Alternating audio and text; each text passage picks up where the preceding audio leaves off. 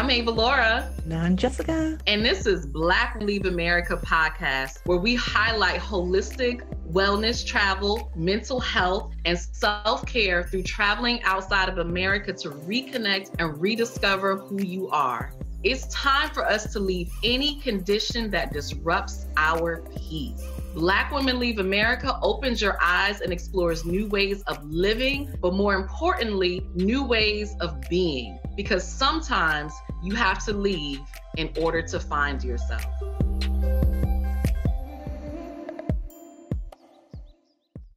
Sometimes you have to leave in order to find yourself. This is Black Women Leave America podcast. And today we have an amazing guest, Ms. Tanisha Townsend, and she is talking to us from Paris, France.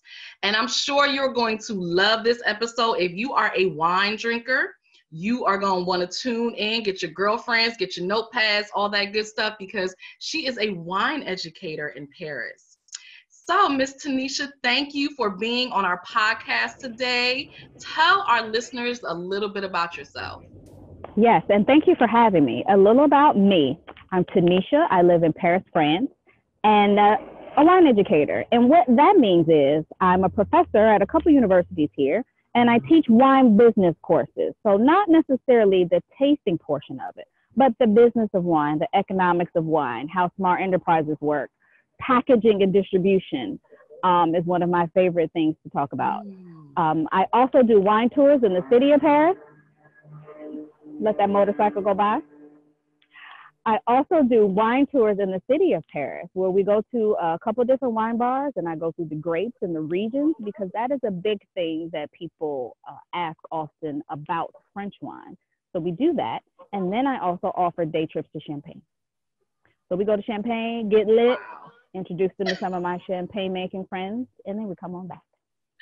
I am so fascinated by that because, you know, when you're growing up, everybody asks you what you want to be, and everybody says, you know, a doctor, a lawyer, you know, maybe a basketball player, football player, singer, you know what I mean? So how did you get into wine education in Paris?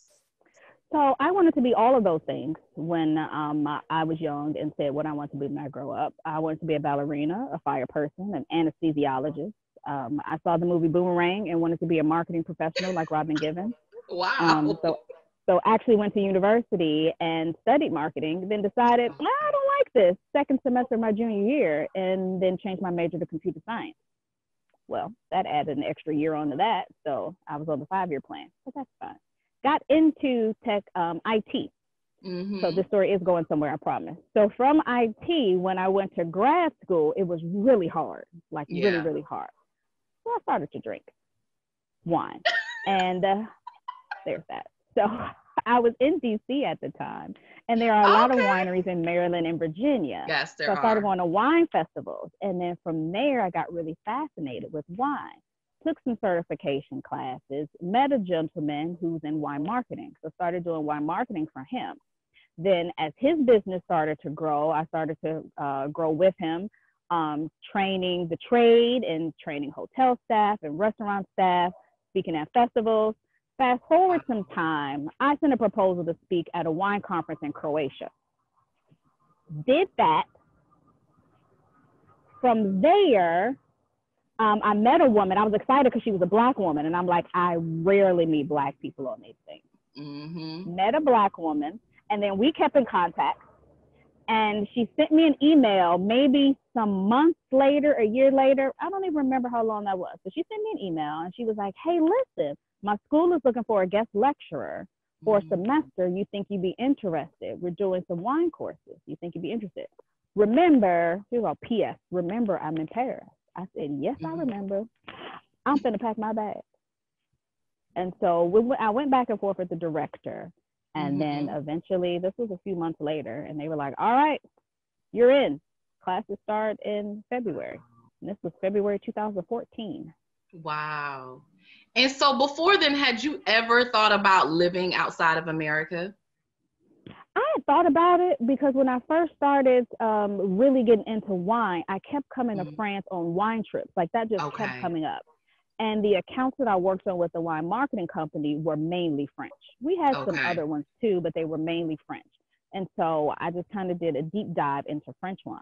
And so it just always kind of fascinated me. But I didn't think anything of it because I had a life. I had a boyfriend at the time. I had this dope little condo. I had a nice car. So living abroad wasn't a thing until all of that stuff kind of faded away a bit. And I was like, well, now what? And so here we are.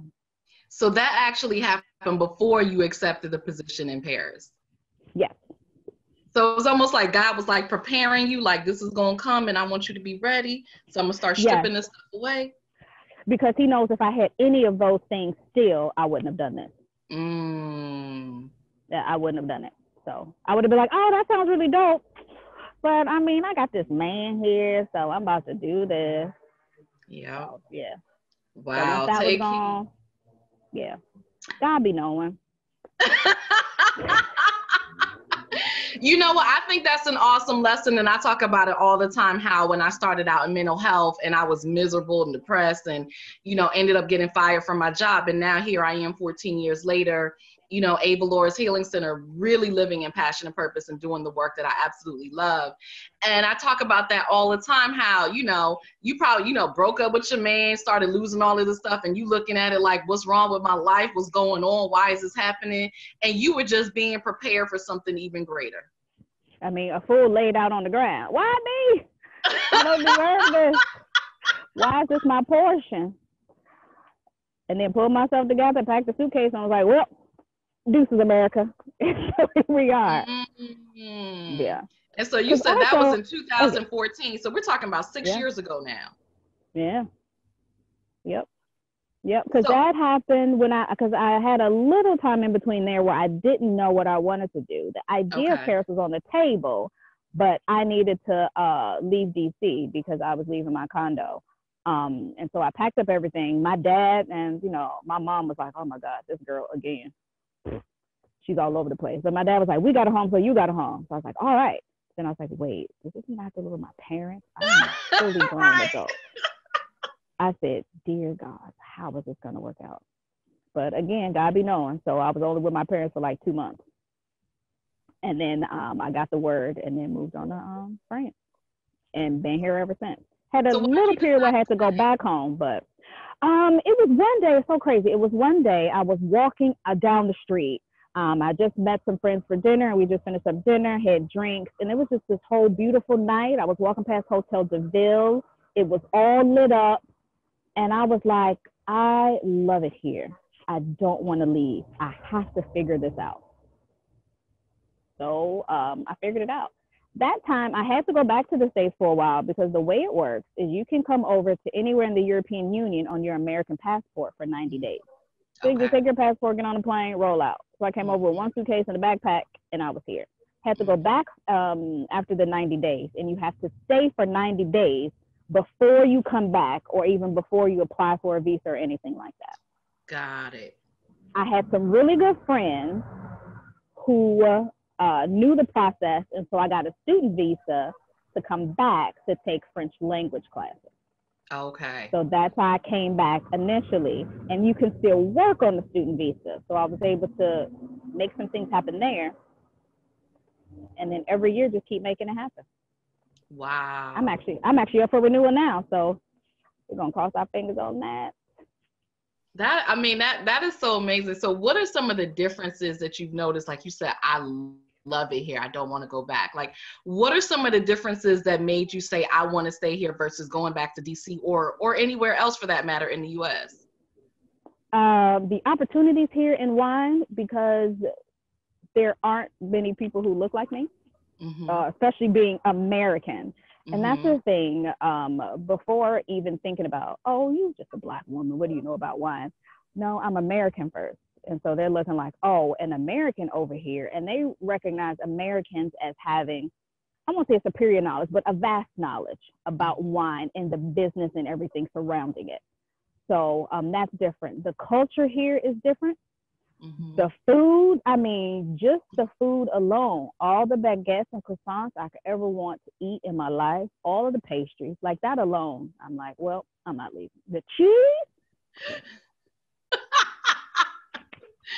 See, now being a foodie I am, that sounds so dangerous. I would be like 300 pounds. Like, that's Maybe it's a lot of walking though, because you're on public okay. transportation. So Okay. yeah, So we make that it work that way. balances out all the food. It absolutely balances it out. And a lot of these places don't have elevators or escalators. My first apartment, I lived on the 5th floor. So I felt like I could eat whatever I wanted if I have to walk up to the 5th floor. I know that's right. Because I could barely do it in one fell swoop. I would stop on the 3rd floor, like, all right, let me catch my breath, send a couple text messages. Let me just relax for a second. And I'm going to take these last 2.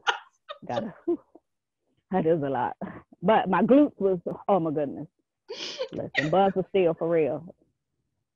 Now I live on the 1st floor. Yeah. I was like, my friends like, and I text friends and they be like, you on the 3rd floor? I'm like, I am. I got a minute. Let's, we can talk. I can send you some messages, whatever. I just camp out. Let me put some flowers over here. Let me put some stuff so when I make my pit stop, every day, Right. I should have set up a table. They had an outlet in there too. Girl, bye. The outlet in the hallway. I was like, oh, I might move down here. So that's saying something about the culture. I mean, even in that, because we definitely make it friendly for you to be lazy. Yeah. And I have heard that about, Europe and a lot of places, that is a lot of walking, there's a lot of exercise. It is not necessarily convenient. So talk a little bit about the cultural differences. Cultural differences, so many. The way they view life in general. Like I'll talk about the working culture. They are so serious about this. We're not doing 40-hour business. That is like a thing. They are very serious about their vacation. August, don't plan on getting anything done unless you plan on maybe going to a couple restaurants or something like that. You're not getting any business done in August because they are on holiday. And they don't update their website or their Facebook page. You just happen to walk past the restaurant. You can even make a reservation online. Show up at the restaurant, there's a piece of paper in the window. It's like, yeah, we're closed from July 27th to September 3rd. Bon vacances. See you in the fall. And you're like, but wait. So very serious about their vacation. Very serious. Wow. They're very serious about their time off. School vacation is coming up. So for every 6 weeks of school, they have 2 weeks off. So we're coming up on 6 weeks. I know, girl. I know. I saw your face. I know. I'm like, how much vacation time is that a year? Every 6 weeks? Yeah, they're off for 2. And they actually vacation. It's not even like, oh, okay, we're just going to sit at home and chill. I mentioned staycation once. They were like, what? They like couldn't even fathom the concept. They were like, why would I stay here? Like they all go skiing. They're all like, oh, we're going to the Alps.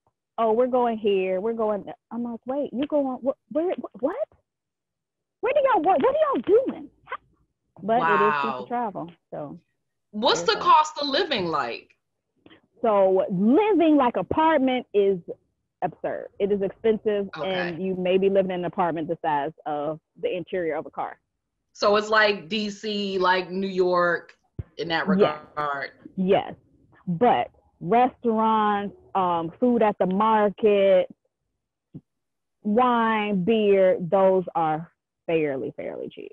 Like those are, and it's the freshest food. Once I learned what I was doing at the market, it took me a while to, do the conversions for the metric system. Okay. So I'd be like, yeah, I need a pound of, and then like a what? And I'm like, oh, a kilo, which always made me think of cocaine because maybe I watched too many movies. So it was always weird for me to say, oh, let me get 2 kilos and then beat. It was always weird. But you eat fresh things because whatever's at the market, that's what's fresh and that's what's in season. Yeah, so it definitely changed my food habits. To the point that when I first was going back home and wanting to get all that food that I missed, I'm from Chicago, so deep dish pizza, Harold's chicken, I got sick. Wow. My body was like, no, we can't do it. Yep. I've heard that. And so do you what about the size of your kitchen and your refrigerator? Because I heard people go to the market every single day. So it's not You do. Yeah. You have to, because food is very fresh and it will go bad. When I first moved here, I unfortunately wasted a lot of food. I'm like, oh, let me go to the market for the week. It's Saturday. Let me get everything. Wednesday, stuff turning yellow. stuff going bad. I'm like, wait, what? How is this? Why is this going bad? In America, I can keep this broccoli for at least a week. No, not whatever. No, not French broccoli. That 2 days in, 3 days. So what they be doing you to either our cook it up food. right. That is something that now I get it. I wholly believe in that. They really are putting things in the food. Yeah. So to make it pretty and to make it shiny, apples don't shine like that over here. I realize that that's clearly not natural. Them apples do not be shining. And they probably taste better. Yeah, they do. They do. Yeah, they do. Yeah, and now I'm funny about bread. My friends, when I'm home, they're like, "Oh, let's get some croissants." I'm like, "These not croissants. You're not gonna have these little fake croissants that don't even flake up. Y'all not using real butter. No, don't play me. Not a croissant, not a baguette. Let's just eat a yeast roll. Let's not even play these games. Get a bagel, something that is from over there." Yes, I know. I've heard. I have a friend after she went to France. She gets these croissants from like Neiman Marcus. She gets them shipped. They're like ridiculously expensive. She said, but they're the closest thing to the croissants in France. It's the only ones that she can eat. Yeah, so I probably would let croissants go if that's what it depends on. I will learn to love something else. Listen, I'll give me some Pillsbury crescent rolls.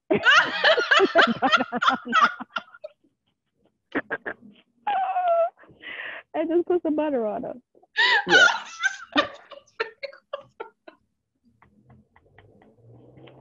I'm done. That took me out.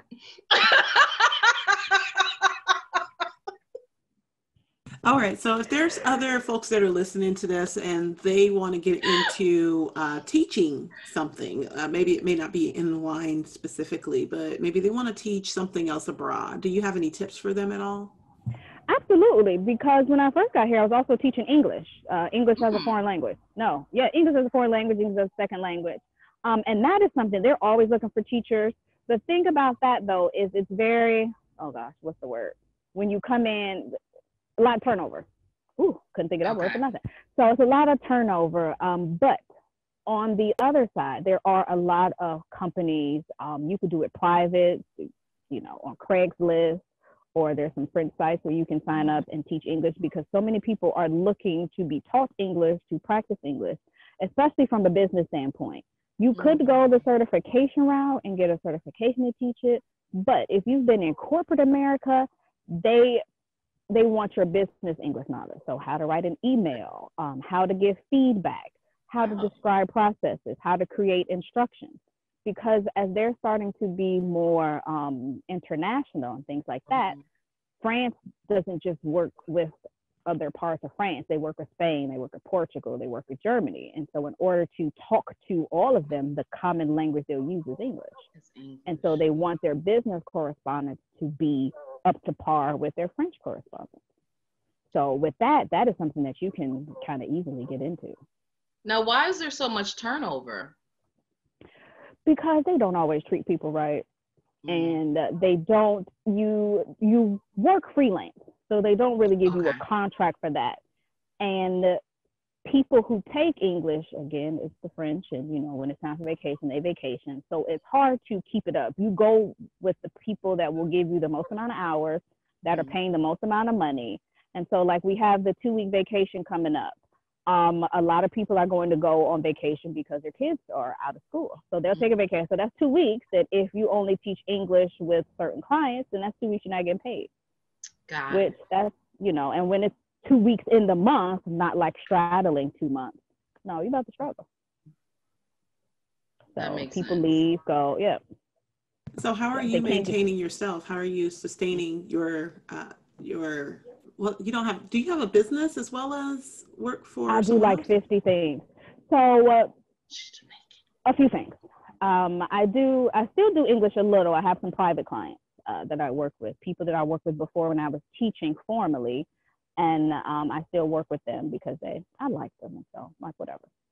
And the tours, I work with a few concierge companies who, when they have someone that wants to do a wine tour or a wine tasting, they'll contact me, and then I'll work with them. tourism is slow now, January, February, because it's cold. Like nobody wants to do a whole bunch of walking around, and we walk from wine bar to wine bar. So that's something they're not necessarily interested in sometimes. But the wine tastings still do that. What else? Day trips to Champagne, those are cool, and still doing those because we have a car. I have a driver that I work with, and so we just hop in the car and ride out. It's just a 2-hour drive, and so we do that. And yeah, fun.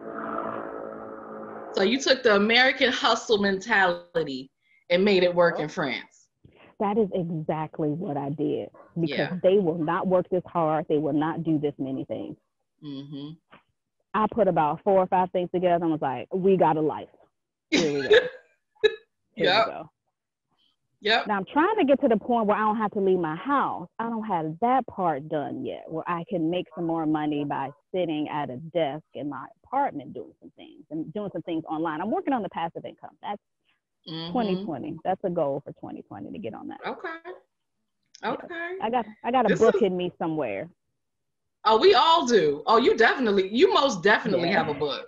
If you don't have a book, you got like a documentary or something, because your personality just shines through. Or a whole manual. You got a whole manual on how to work, how to use the American work tactics to work in France. Like, you know, really just strategy. Like, you are just strategizing all of this. I'm loving it. I love it.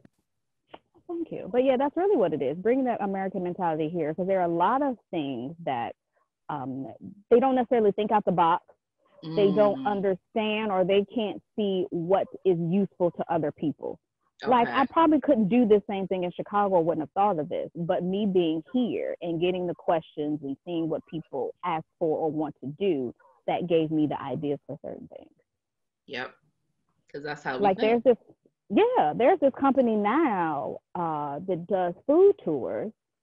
They have what's called a super expensive food tour. That food tour is a little over $300 a person. There is a market for that. So there is a market for anything. Someone is paying for that tour because some people, some groups come here for a super luxury experience. Yeah. And they want to have caviar and champagne and eat souffle and find out where the Michelin star restaurants are. These are the things they want to do. That's true, because I would be one of them.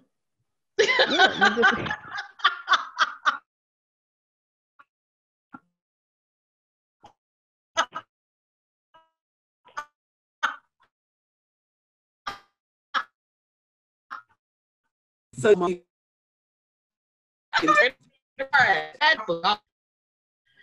I've done Michelin star restaurants. There are also places where you get excellent service. There are a couple of things about France that I'm just never going to be able to get used to. I just deal with it and, accept everything else. But yeah, the amount that they smoke. So they still smoking?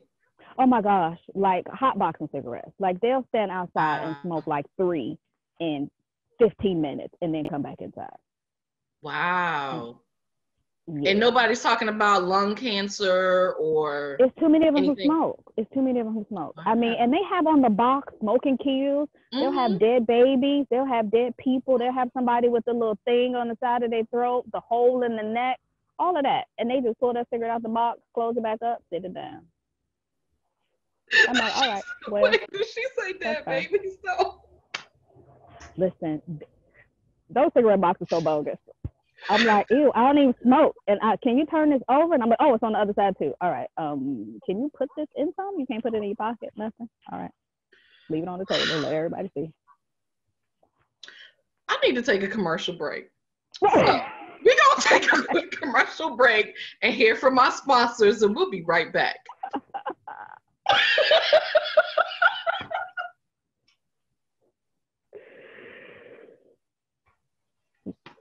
Okay, sorry. She said that, babies. I was like, wait, what? Listen, they so bogus over here. They don't care. Girl, when I tell you they don't care. Okay. Oh my God, where's my tissue? My eyes over here watering. I'm not crying, my eyes are just watering.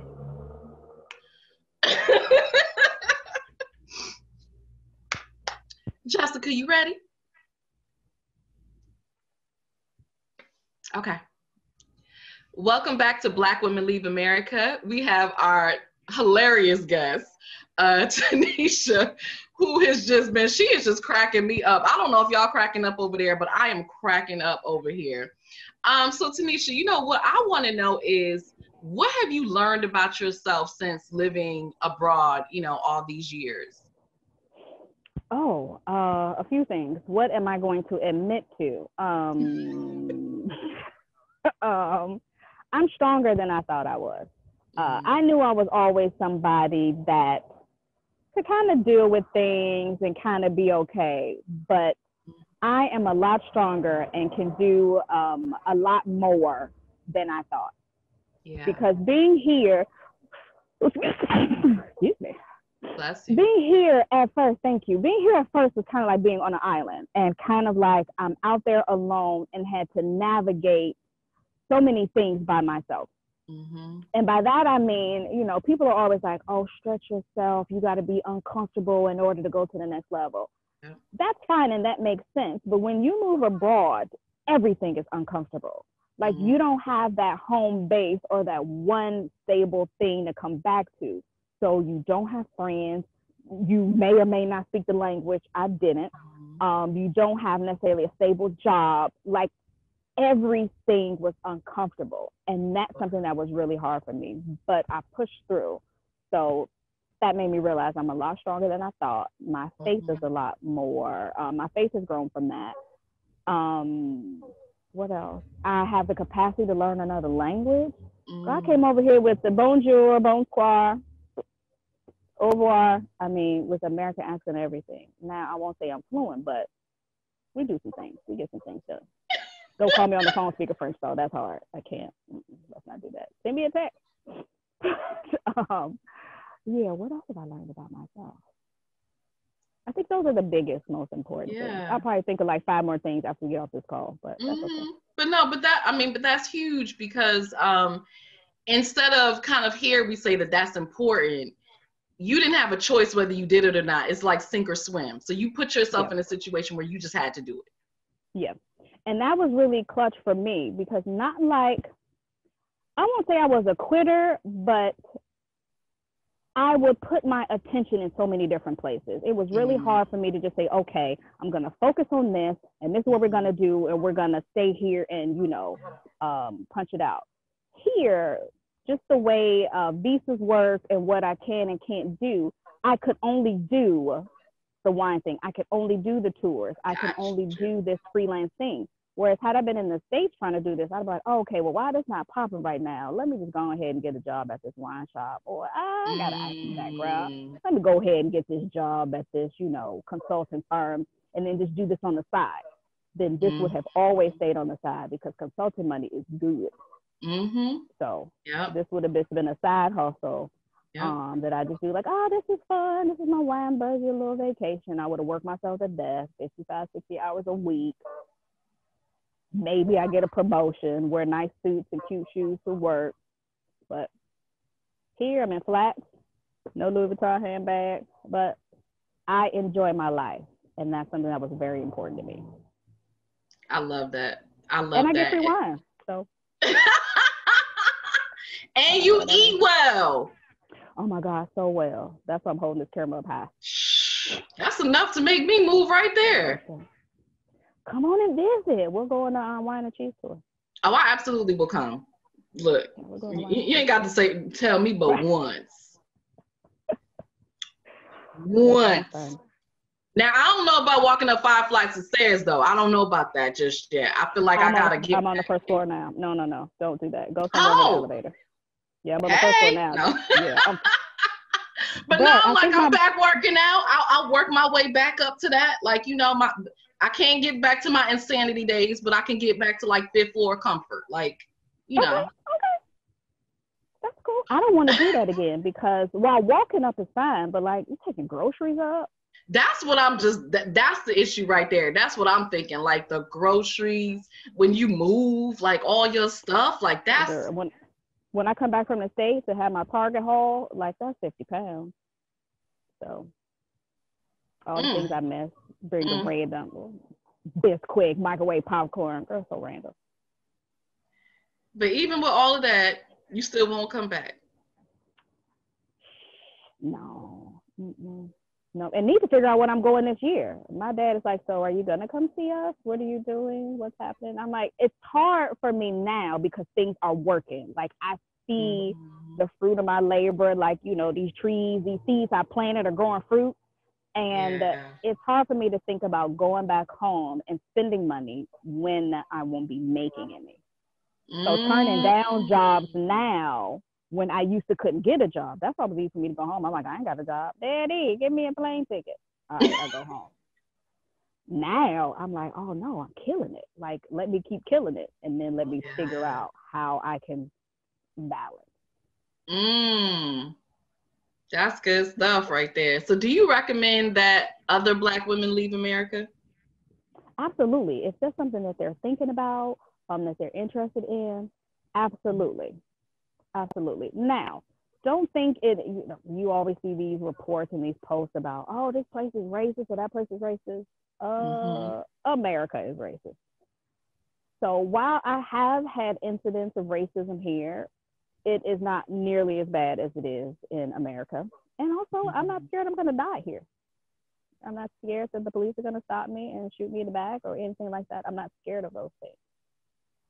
You know what's wild is that almost every woman we have interviewed has said that. Really? Almost every single one.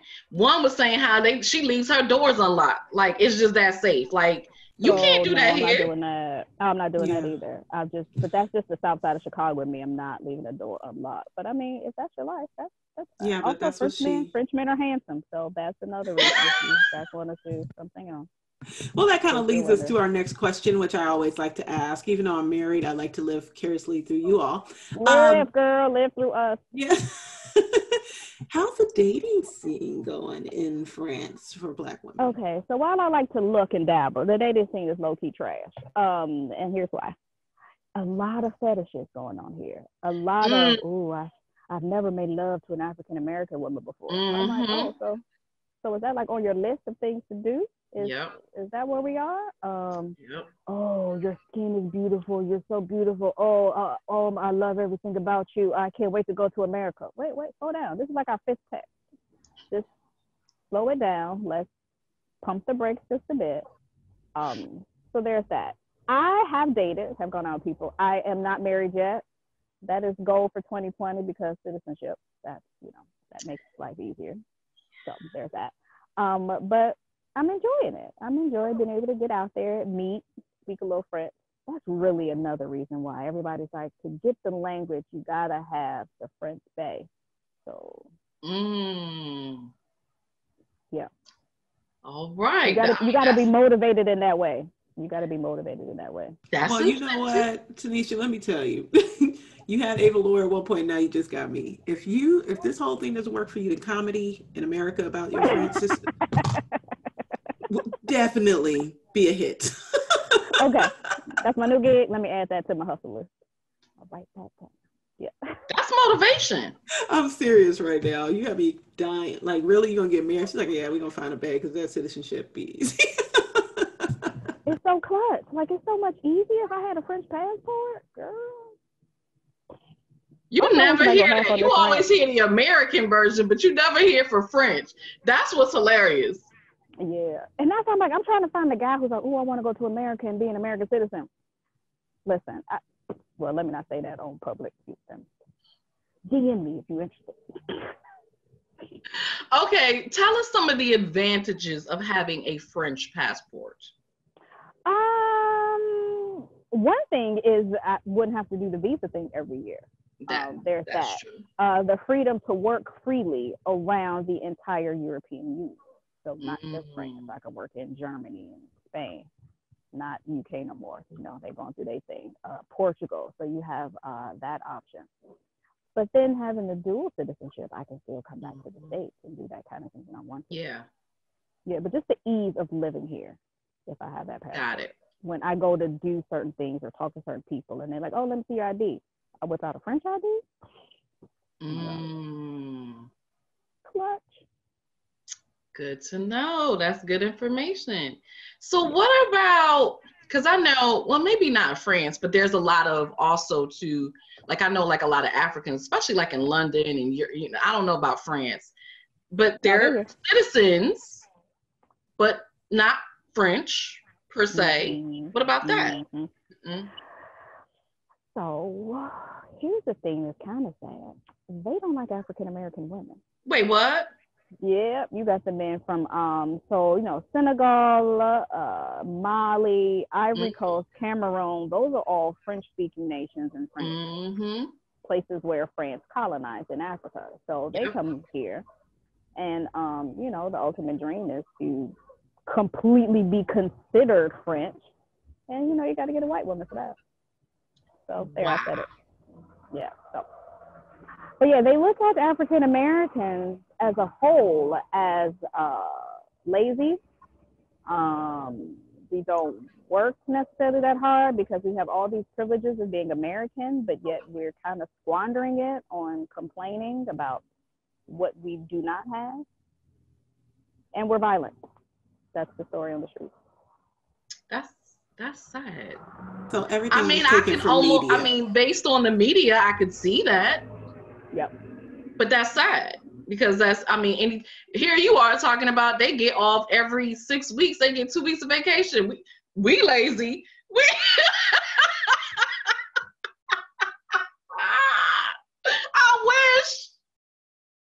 I wish we worked so hard that even if we got 2 weeks off, we would still find a way to still work. We would still be at home sending emails. They have a law that you can't send emails after a certain time. So listen, if you just Google that like French law sending late emails or whatever, you'll be like, wait a minute, what? It's a thing. Yeah. Wow. Yeah. It's so crazy. I just sent an email to one of my clients at like 3 a.m. in the morning. It was like, you were up. I'm like, yeah, I was up working. Listen, see, they answered you. I was saying emails at that time. It's like, wait, you responded. So go ahead, fine. There you go. That's so true. You are a mess. Listen, if you opened up, you started your own comedy act, you absolutely could. Black girl living in France, like you really, really could. Like that. I'm telling you right now. Oh, thank you. I'm telling you. Thank YouTube you. channel, Instagram. I'm adding to the hustle. And I need to get back to YouTube. I used to do wine videos on YouTube, and I said that I was going to get back into that and add in more of my personality.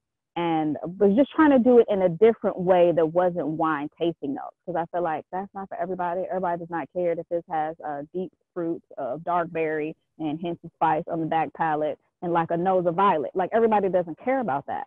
But they're like, should I buy this Bordeaux from 2017, or should I buy this California wine from 2019, or should I get a yellowtail? Like these are the kind of things that people want to know. So I want to, kind of answer those questions. So if you're watching, I don't drink, but if you're watching, and I know you watching and you probably drink, let us know. Do you want to hear from Tanisha about that? Because I know a hell of people who do drink and would love to see that. I was just about to say. Does this $5 wine matter versus this $20 or $50 wine? Well, look, Tanisha, we're about to give you some game right now. Look, we need you to go on Instagram. Create an Instagram handle, Tanisha's Wine Tips or something, whatever name you want to put it under, right? And then every day, just go on your Instagram stories while you're in France and just go around talking about wine and being who you are, though. Don't try to snip it up. Don't try to corporatize it. Just be like, yo, on there, like real with it. I don't think I've laughed so hard.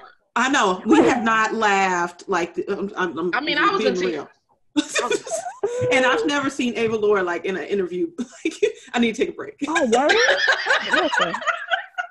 Let me write that on my resume. Like Jessica had to like just straight take over. I was just like, I'm done. It's a wrap. We good. She's like, and mute. All right.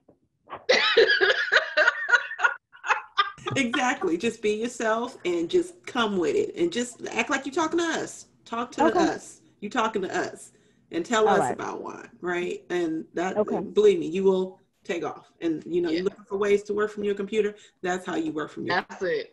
Boom. There it is. All right. That's it. I just got some game. I'm gonna write that down. I mean, I can't right now. I'm holding the phone, but